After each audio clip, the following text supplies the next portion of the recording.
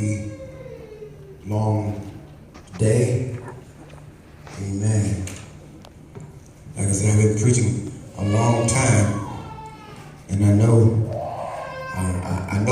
sermons are supposed to get shorter during preseason and kickoff. Amen. Yeah. Hallelujah. Yeah. Somebody missed that. Amen. The book of Romans, the 12th chapter, we're going to be looking at verse 2.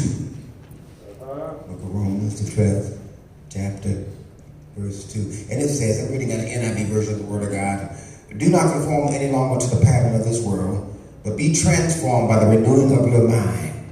Then you will be able to test and approve what God's will is, his good, pleasing, and perfect will. Amen. Will you just pray with me for just a little bit today? As a thought, it's time for a change.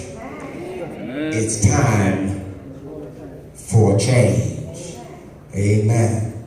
It's time for a change. You may be seated this morning. God bless you all. We give God honor for our beautiful First Lady. All of us are here today. Every once in a while, we say, Lord, I need a change. Yeah.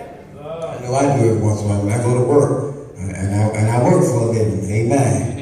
I don't preach to live. I live to preach. I got a job. Amen. Yeah. And when I deal with people in the public, 70, 72, 75 hours a week, I say, Lord, I love you. Thank God for a job. But sometimes I get tired of seeing the same folk dealing with the same things day after day after day. Yeah. I say, God, I need a change. But to deal with change,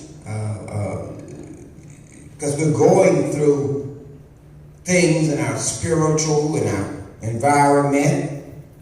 Change is the only constant. But the thing about change is, oftentimes things flip and turn real quick without notice. Mm-hmm. Yeah. And we all go through changes. Yeah. One day you feel good, next day you got a cold. Uh-huh. One day you can pay your bills, and the next day you can't even buy a hamburger. Hallelujah. One day you had a job, and next week they tell you we're getting ready to downsize. Yeah. Anybody ever had a change before? That's right. One day you feel like you're in the best of your health, then a nagging pain elevates and permeates and accelerates throughout your body. And in fact, change just throws us off sometimes, and ultimately it puts our lives in a standstill. In a former job, I hadn't had the opportunity to travel regularly, the Hartsfield Airport, the various cities, the various states, with federated logistics and operations. And one day they had me in Miami, the next day they had me in California, the next day they had me in New York. And the result of my travel, I began to understand a lot about flying on a consistent basis. And sometimes the secretary would have to make changes to my ticket at the last minute. They change up some things. And what happens is, when they changed up my flight from Miami to go to New York, they didn't tear up the ticket. Right. They didn't tear up the ticket. They made what is called an alteration to my ticket. They amended the ticket. The ticket stays intact. It's just that they changed my destination. Yeah. Still got the same ticket. Sometimes in life, even though we've been saved and we've been baptized so many times that every tadpole knows our name, birth certificate, and social security number.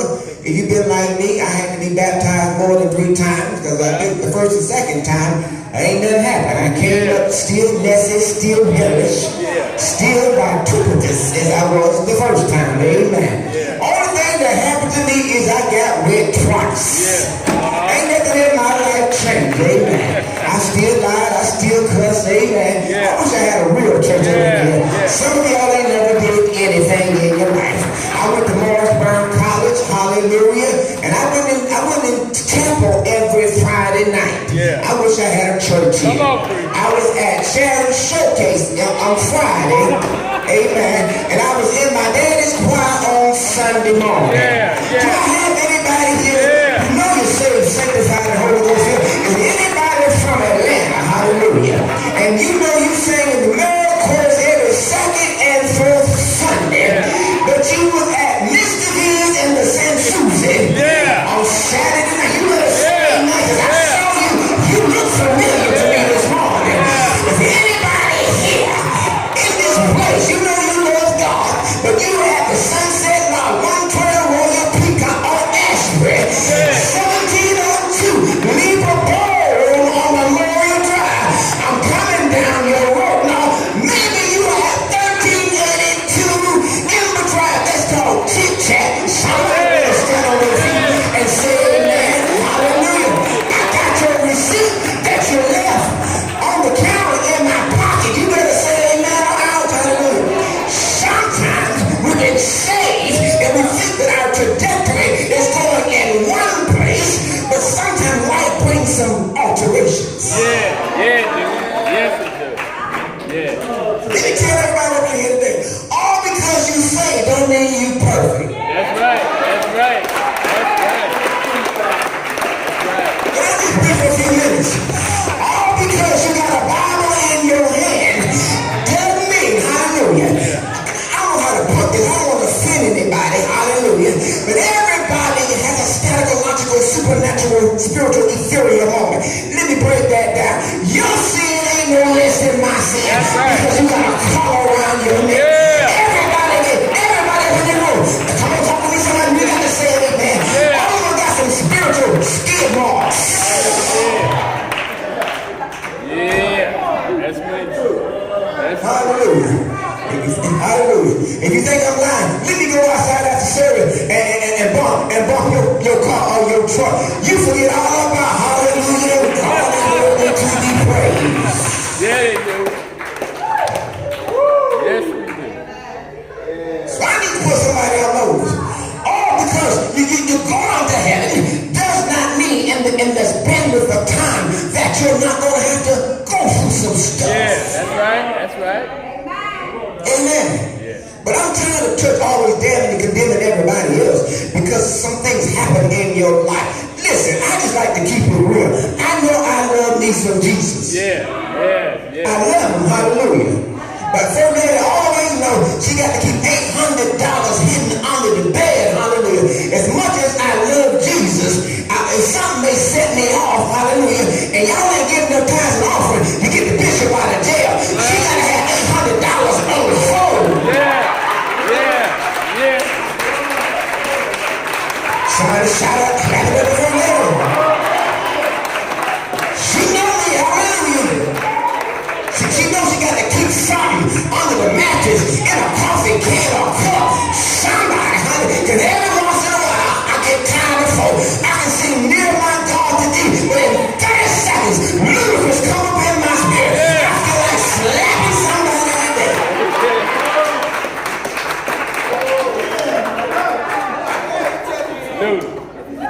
We all go through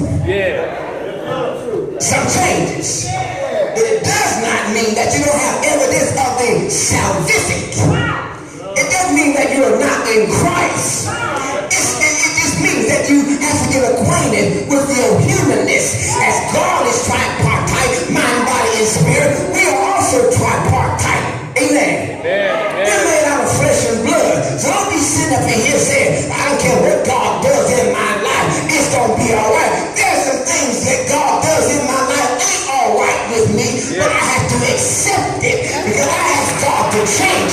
And when you ask God to change some things, when you ask God to transform some things, be careful what you ask for. How many of you ask God to change some things in my life? I'm telling you, let me put you on. Be careful how you put that in the atmosphere. God, just change some stuff.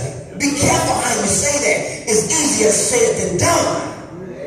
Because when you're dealing with the dynamite, dunamis power of God, the energy of God, the transcendency of God, be careful how you say, God, change my life, change this, change that. Can I tell you why? Because when God changes your life, he doesn't just change one thing in your life. He changes everything in your life. So when you ask God to move me to a new place, a new trajectory, God moves with supernatural, spiritual